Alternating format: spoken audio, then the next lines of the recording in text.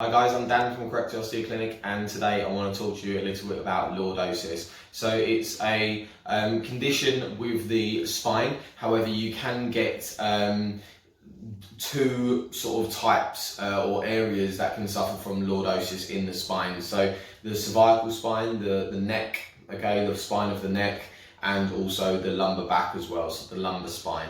All right. So you've got two concavities in the spine, so you've got a concavity up here in the cervical spine, and you've also got a concavity down here in the lumbar spine. But however, you've got a convexity in the T-spine, so the mid part of the spine.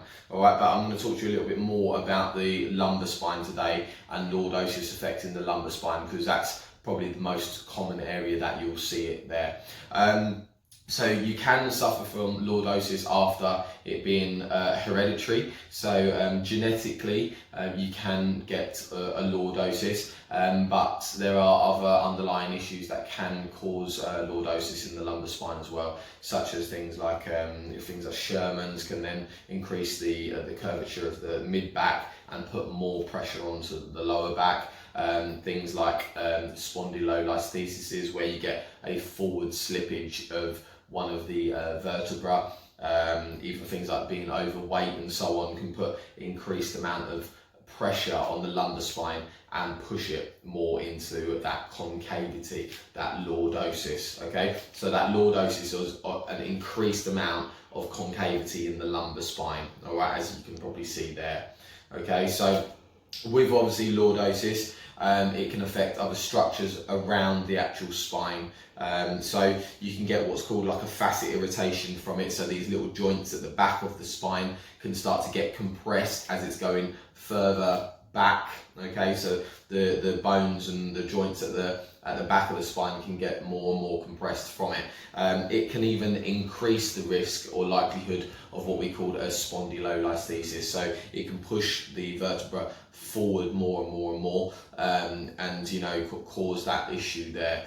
You can get nerve root or nerve irritation from it as well. So even the nerves that come out of what we call these little foramens, the little holes basically within the spine that the nerve roots pass through, it can actually narrow that gap in that area as well. So it can start to have what I call the garden hose effect.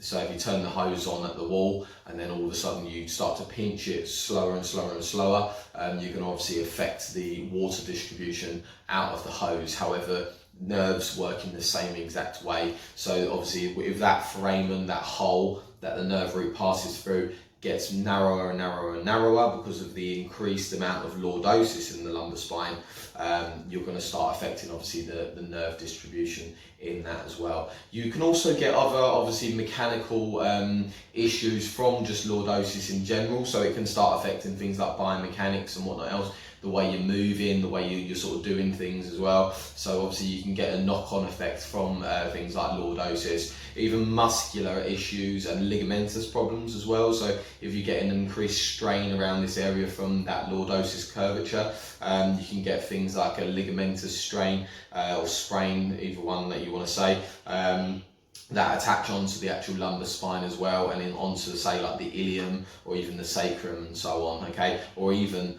the ones that attach onto the actual spine itself, or even run up the spine. Okay, so those can be compromised as well from that, and even musculature. So the musculature around the actual back of the spine will become obviously shorter and shorter and shorter. That way it will probably get tighter and tighter and tighter.